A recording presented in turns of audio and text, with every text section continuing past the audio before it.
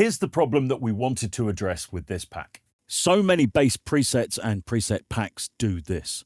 They absolutely overload the subsonic range with information. And I'll show you what we're looking at here. Huge slabs of information heading all the way down to 10 Hertz. Now, the actual note is probably around here, probably at about 34. So what the hell is all of this? What is going on? It appears many presets are being designed without people using proper monitoring. I'm seeing an awful lot of sub-oscillators used that are way, way lower than they should be. Also, did you know that by modulating certain waves at a particular speed, you can actually create sidebands at that frequency? With wavetable oscillators, it's very easy to select a random phase start.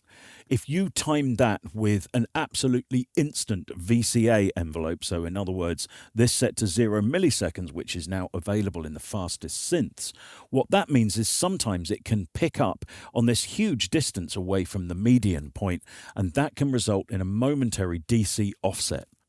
Quite often you can see the random phase turned off, but sometimes the phase start of the waveform is set at a non-zero crossing point.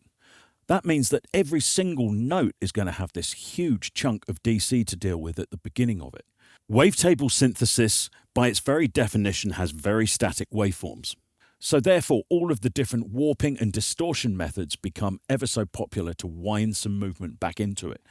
And as I'm sure you've experienced by now, all of the micro-tunings between the almost unlimited amount of unison voices we have can really overload the bottom end. But the biggest culprit, without any doubt, are the overdrives that are available in the filters and in the effects sections. Every form of overdrive will create subsonic components. Here's some hi-hats I'm triggering with Serum 2. As you can see, most of the energy is up at the top part. Now if I come to the filter and increase the drive, look at what happens.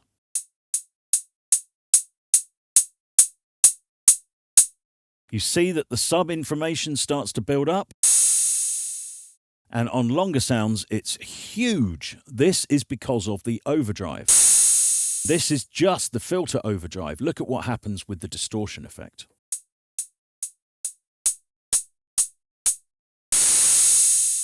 You get this enormous lump of subsonic information.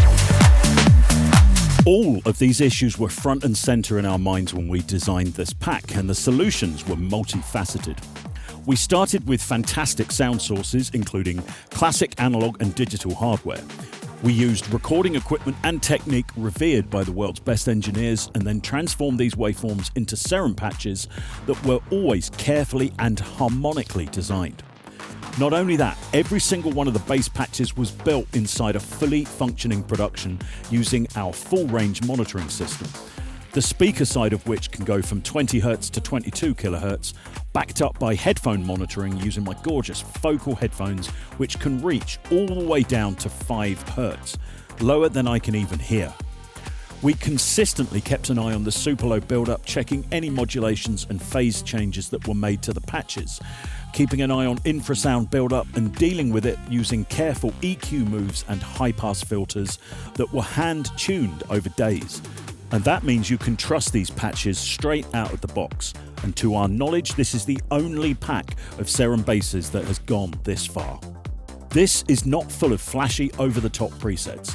We concentrated on solid, modern bread-and-butter sounds, something that is sorely missing in the Serum preset marketplace. So hopefully now you can see why certain bass patches have swamped your productions in the past. It's one of the most common things to happen. Thanks so much for watching, and don't forget to check out all other videos on this topic and more at F9.